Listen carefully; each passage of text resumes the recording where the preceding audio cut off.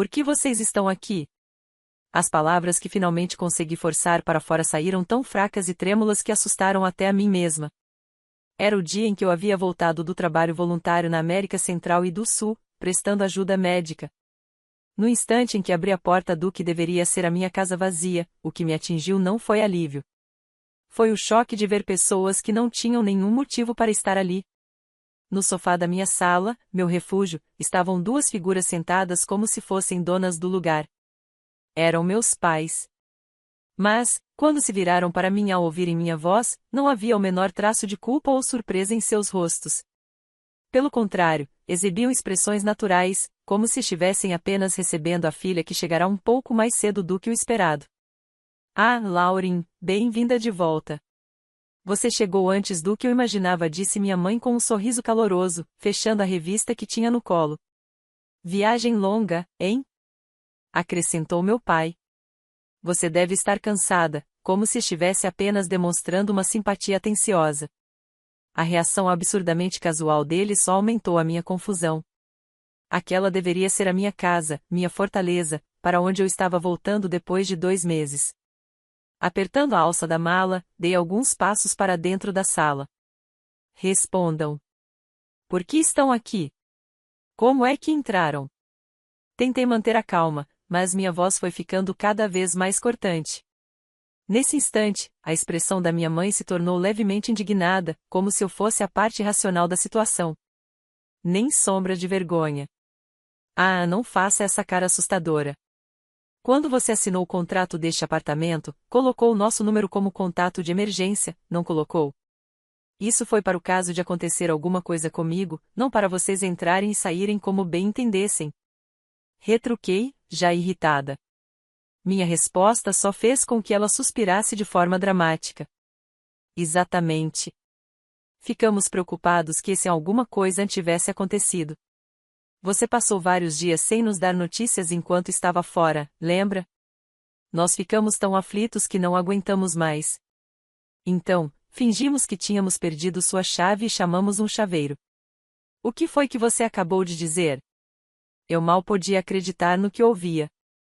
Eu liguei chorando, perdi minhas chaves, por favor, me ajude. E o chaveiro simpático veio na mesma hora. Claro que eu paguei a taxa, então não se preocupe. O tom despreocupado dela me deixou sem palavras.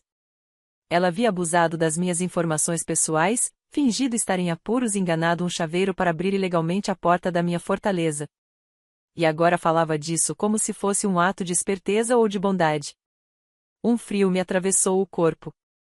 Era verdade que eu tinha passado alguns dias em uma aldeia remota sem sinal, mas eu havia avisado com antecedência. Mesmo assim? Por que vocês têm uma chave? Perguntei, com toda a razão. Em resposta, minha mãe puxou da bolsa uma chave reserva e a exibiu como se fosse um troféu. Quando olhamos ao redor, encontramos uma cópia que você tinha deixado no armário do hall de entrada. Eu peguei emprestada e fiz outra. Não é dever dos pais cuidar da casa da filha quando ela está fora? A gente até limpava de vez em quando para não acumular pó. Uma chave reserva sem me consultar. Eu estava atônita. Eles haviam explorado meu contato de emergência, mentido para a administradora do prédio com lágrimas de crocodilo, roubado minha chave reserva e ainda feito cópias. E tudo isso minha mãe justificava com a frase, dever dos pais. As pessoas diante de mim eram meus pais, mas pareciam estranhos, incompreensíveis, assustadores. O arrepio que me descia pela espinha era mais afiado do que a descrença. Não faça parecer tão feio chamando de sem pedir. Somos família, não somos. Qual o problema de família entrar na casa de um membro da família? Você não ia nos trancar como estranhos, ia? Aquela frase maldita na família não há limites, que eu ouvirá a vida inteira, cravou-se de novo na minha mente. Sim, eles sempre foram assim. Meu quarto, meu diário, cada espaço privado meu. Para eles, limites simplesmente não existiam. E o motivo pelo qual eu tinha comprado este apartamento era justamente para escapar desse sufocamento. Mas agora, à medida que meus olhos percorriam a sala, a raiva crescia. Quadros de paisagens horríveis pendiam nas paredes. A varanda estava entulhada de plantas espalhafatosas que eu nunca escolhera. E, Pior de tudo, sobre a mesa de jantar estava uma garrafa de vinho vazia. Aquele vinho. O vinho vintage que eu tinha reservado para abrir um dia especial, um símbolo da minha conquista, da celebração de ter comprado este lar. Seguindo meu olhar, meu pai disse, sem um pingo de remorso: "Ah, era um vinho excelente. Como você estava chegando, abrimos para comemorar. Mas, sinceramente, guardar algo tão caro só para beber sozinha seria exagero demais." Algo dentro de mim se partiu. Aquela garrafa era a prova de tudo pelo que eu tinha trabalhado. Este lar, construído após 10 anos de esforço incansável. Era a garrafa especial que eu guardava para abrir, relaxando exatamente neste cômodo. E eles a consumiram sem pedir, como se sempre tivesse pertencido a eles. Coloquei a mala no chão, com calma, e apontei para a porta. Saíam. "O que você disse?" Minha mãe franziu o senho. "Vocês dois saiam desta casa agora. Esta é a minha casa. Eu a comprei com o meu dinheiro, com o meu trabalho. É minha propriedade. Vocês não têm direito de fazer chaves reservas sem minha permissão, de entrar quando bem entendem, de mexer nos meus móveis ou beber e comer o que me pertence." Minha voz já não tremia. "Lauren, como ousa falar assim?" Meu pai levantou-se do sofá. "É assim que se fala com os pais? Tudo o que fizemos foi para o seu bem." "Para o meu bem." Cortei. "Se fosse para o meu bem, vocês respeitariam meus desejos. Se fosse para o meu bem, vocês protegeriam minha privacidade. Mas isso não foi para mim. Foi para vocês. Porque ainda querem manter minha vida sob controle, não é?" Pela primeira vez na vida, meus pais me olharam como se eu tivesse cometido um ato de rebeldia. Por um instante, o olhar deles feriu meu coração. Mas eu não podia recuar agora. Se não traçasse a linha ali, nunca escaparia do sufocamento. "Coloquem as chaves na mesa e saiam agora." Talvez tenham sido 10 minutos de silêncio e olhares furiosos. Minha mãe acabou chorando, enquanto meu pai estalava a língua, irritado. Por fim, minha mãe jogou as chaves duplicadas sobre a mesa com força, e os dois saíram, lançando-me olhares ressentidos ao ir. O baque pesado da porta se fechando ecoou pelo apartamento como uma sentença sendo pronunciada. Eu me obriguei a não desabar ali mesmo, examinando a sala silenciosa.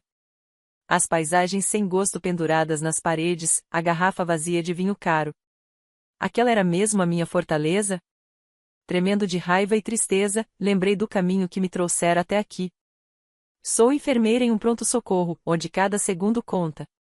Todos os dias são cheios de alarmes, ar tenso e decisões de vida ou morte. No meio dessa pressão implacável, agarrei-me a um único sonho: ter um refúgio só meu, intocado por qualquer outra pessoa. Desde que me tornei enfermeira, aos 22 anos, trabalhei sem parar. Enquanto amigos faziam viagens e compras, eu assumia turnos duplos e passava os fins de semana atendendo em uma clínica.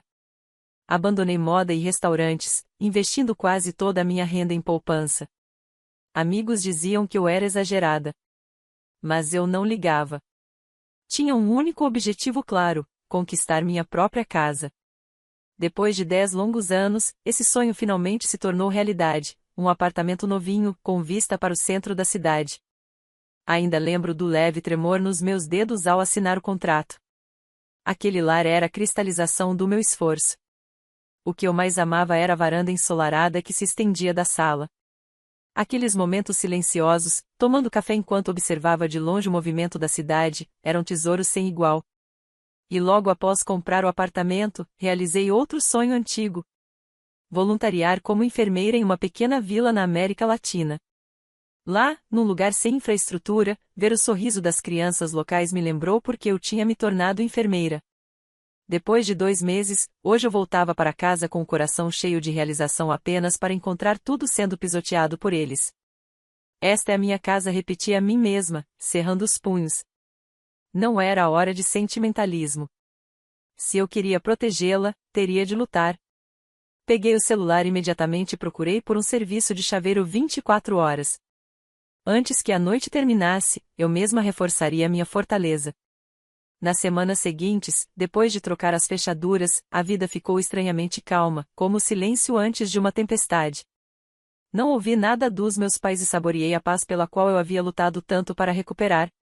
O peso sólido das novas chaves na minha mão era o único lembrete de que aquela noite não tinha sido um sonho.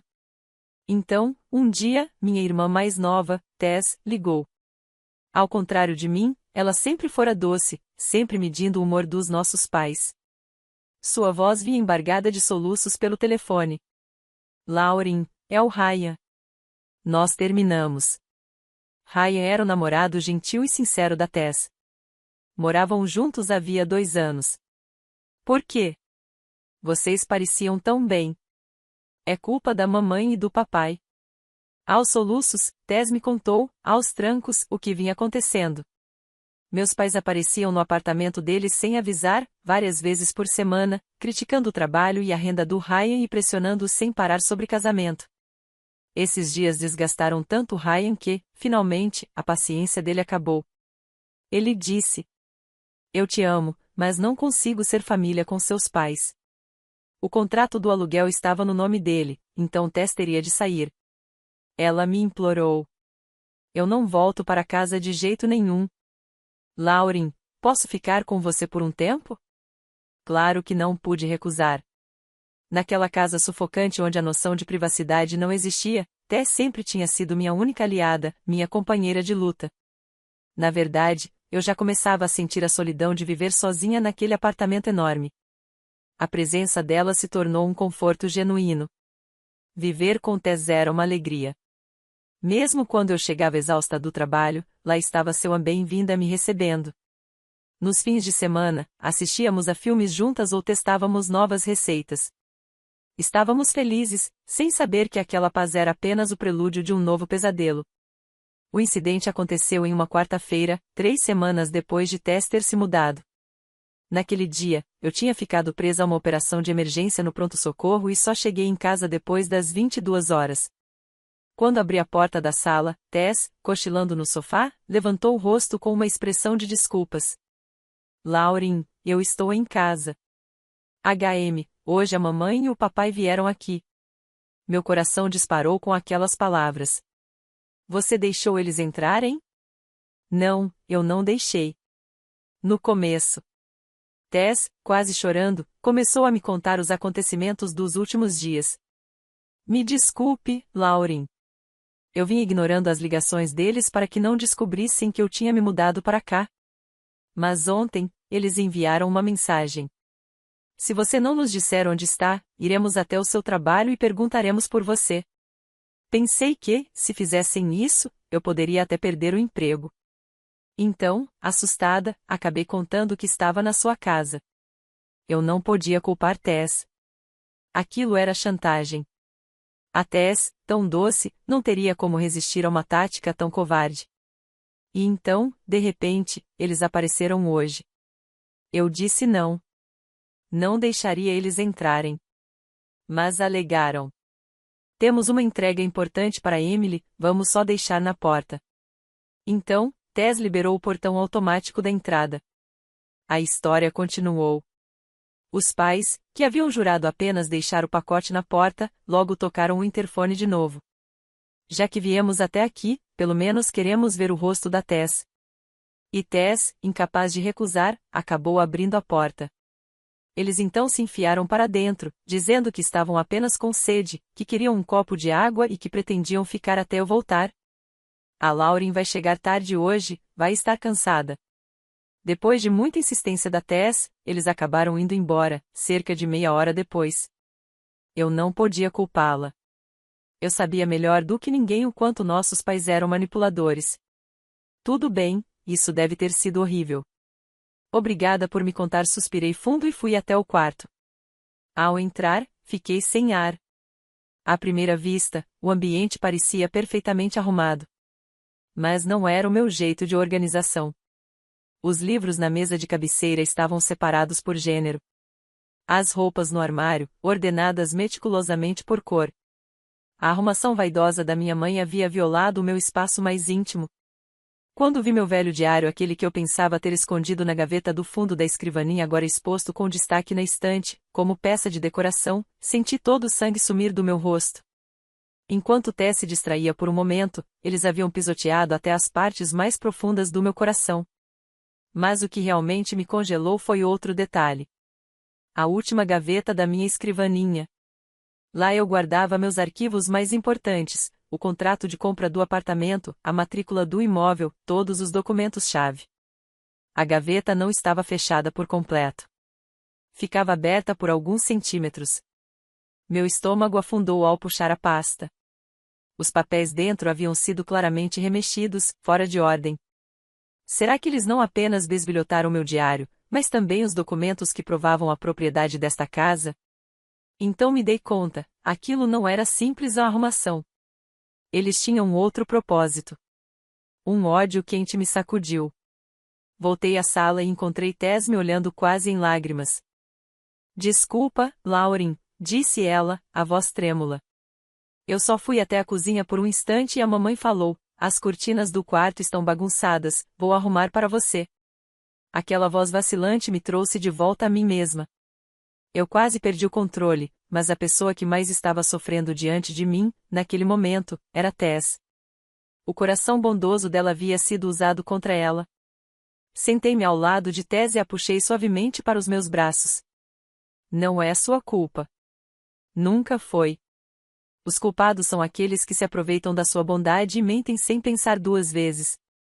Mas se eu não tivesse aberto a porta, ela murmurou. Não. Balancei a cabeça. Mesmo que você tivesse recusado hoje, eles inventariam outro truque. Sempre foram assim. As minhas palavras a deixaram surpresa. Memórias da nossa infância sufocante invadiram nossas mentes. Assim como meu diário havia sido lido sem permissão, a privacidade de Tess fora violada inúmeras vezes. Lembra quando você estava no ensino médio? Perguntei. A mamãe leu a carta do seu primeiro namorado sem pedir. Os olhos de Tess se encheram de tristeza. Naquela época, nossa mãe não só havia lido a carta, como também a recitou em voz alta para toda a família, declarando, você não pode namorar alguém assim. Tess chorou muito. Aquela carta tinha sido seu primeiro e precioso segredo. Para eles, sempre seremos crianças incapazes de tomar nossas próprias decisões, continuei. Eles acreditam de verdade que têm direito sobre nossas vidas. Mas, Tess, isso precisa acabar. Nós é que precisamos pôr fim a isso. Ela apenas assentiu em silêncio. A culpa em seu olhar se dissolveu, substituída por uma firmeza calma, mas inegável. Naquele instante, percebi que ela havia decidido lutar ao meu lado. A verdadeira intenção por trás do comportamento dos nossos pais ficou clara no dia seguinte. Durante minha pausa no trabalho, um número desconhecido me ligou. Alô, é a residência da Lauren? Aqui é da ABC Hewitt. Seu pai entrou em contato recentemente pedindo uma avaliação do condomínio que você possui. A voz educada do corretor pareceu distante pelo telefone. Foi como um golpe na minha cabeça. Meu pai, pelas minhas costas, havia procurado uma imobiliária para verificar o valor do meu apartamento. O medo me atingiu mais forte que a raiva, mas eu não podia demonstrar pânico. Deve haver algum engano. Não tenho planos de vender. Isso deve ser um mal-entendido, respondi com cautela antes de desligar. O que estava acontecendo? Seria apenas assédio ou havia um plano real por trás disso? Eu precisava de provas, já que perguntar diretamente só resultaria em evasivas. Depois de pensar um pouco, decidi ligar para alguém, minha tia Diane, irmã do meu pai, que às vezes criticava o jeito controlador deles. Oi, tia Diane, quanto tempo? Como a senhora está? Comecei animada. Queria saber se o papai comentou algo estranho com a senhora ultimamente, tipo se demonstrou interesse em algum imóvel. Do outro lado, ouvi um suspiro forte. Lauren, como você soube? Ela hesitou. Na verdade, seu pai me ligou alguns dias atrás. Disse que o seu apartamento estava além das suas condições. Que deveriam vender sem te contar e comprar algo mais sensato perto da casa deles. Disse que você é ingênua e que os pais deveriam administrar seus bens. Eu falei que isso era exagero, mas ele não quis me ouvir. As palavras da minha tia foram o golpe final. A ligação da imobiliária, os documentos revirados no quarto e o testemunho dela. Todas as peças se encaixaram. O plano terrível se revelou com clareza. Não era paranoia. Meus pais estavam, de fato, dispostos a tomar para si o fruto dos meus 10 anos de trabalho sem meu consentimento. Depois de agradecer à tia e encerrar a ligação, fiquei olhando para o celular. Eu já não podia lidar com aquilo sozinha. Abri o histórico de chamadas e encontrei um nome. Sam, meu parceiro que também é advogado. Meu dedo pairava sobre o botão de chamada, pesado como chumbo.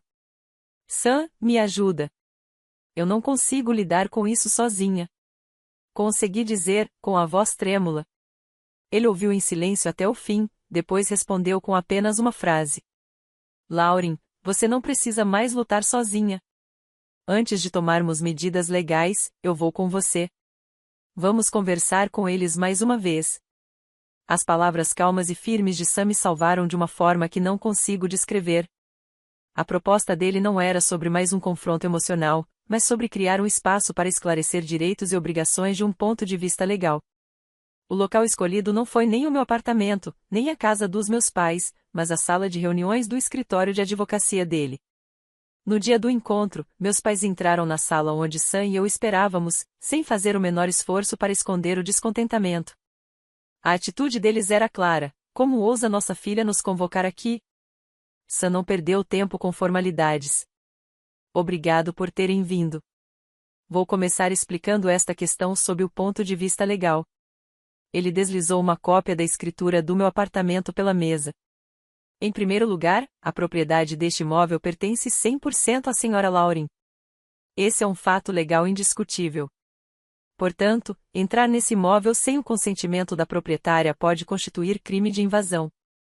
O rosto do meu pai ficou vermelho quase instantaneamente. Quem você pensa que é? Só porque é advogado, acha que pode nos chamar de criminosos? Que mal há em pais entrarem na casa da própria filha? Pai, o Sam está certo. Falei, forçando minha voz a permanecer firme enquanto o encarava. Essa casa é minha, não de vocês. E entrar em contato com uma imobiliária para avaliar o imóvel sem o meu conhecimento é uma violação dos meus direitos de propriedade.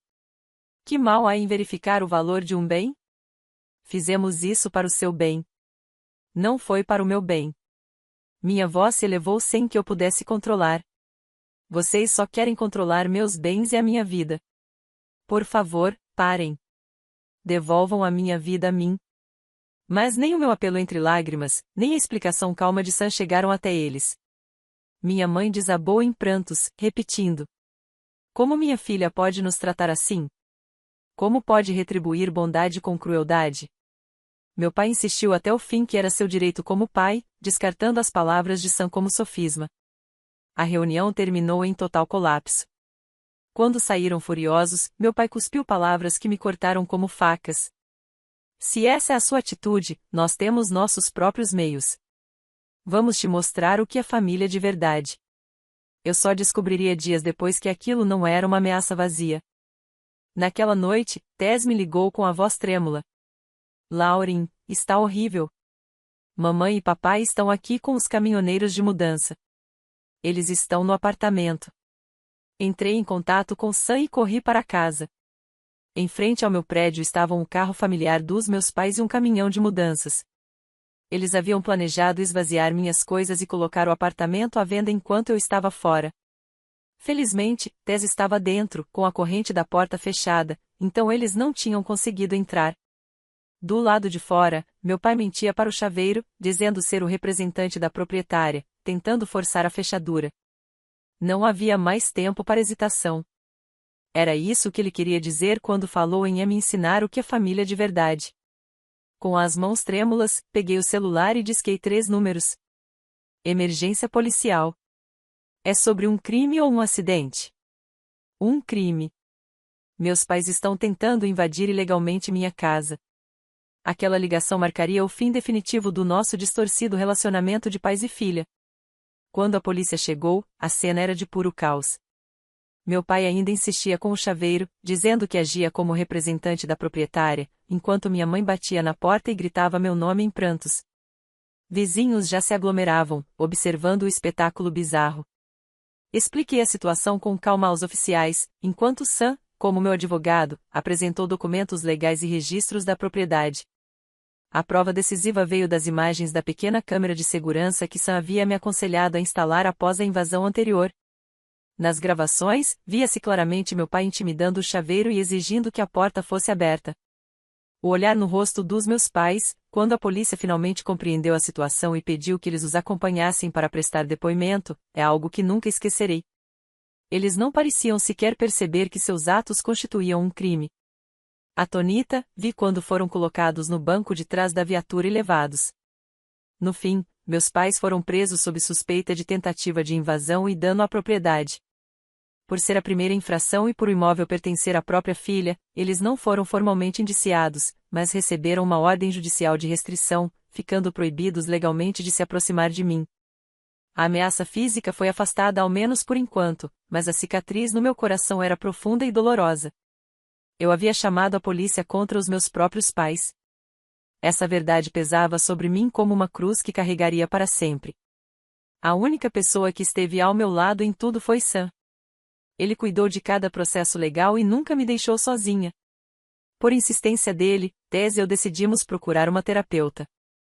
Na terapia, finalmente enfrentamos as feridas que carregávamos desde a infância. Uma infância em que nosso valor existia apenas se atendêssemos às expectativas deles.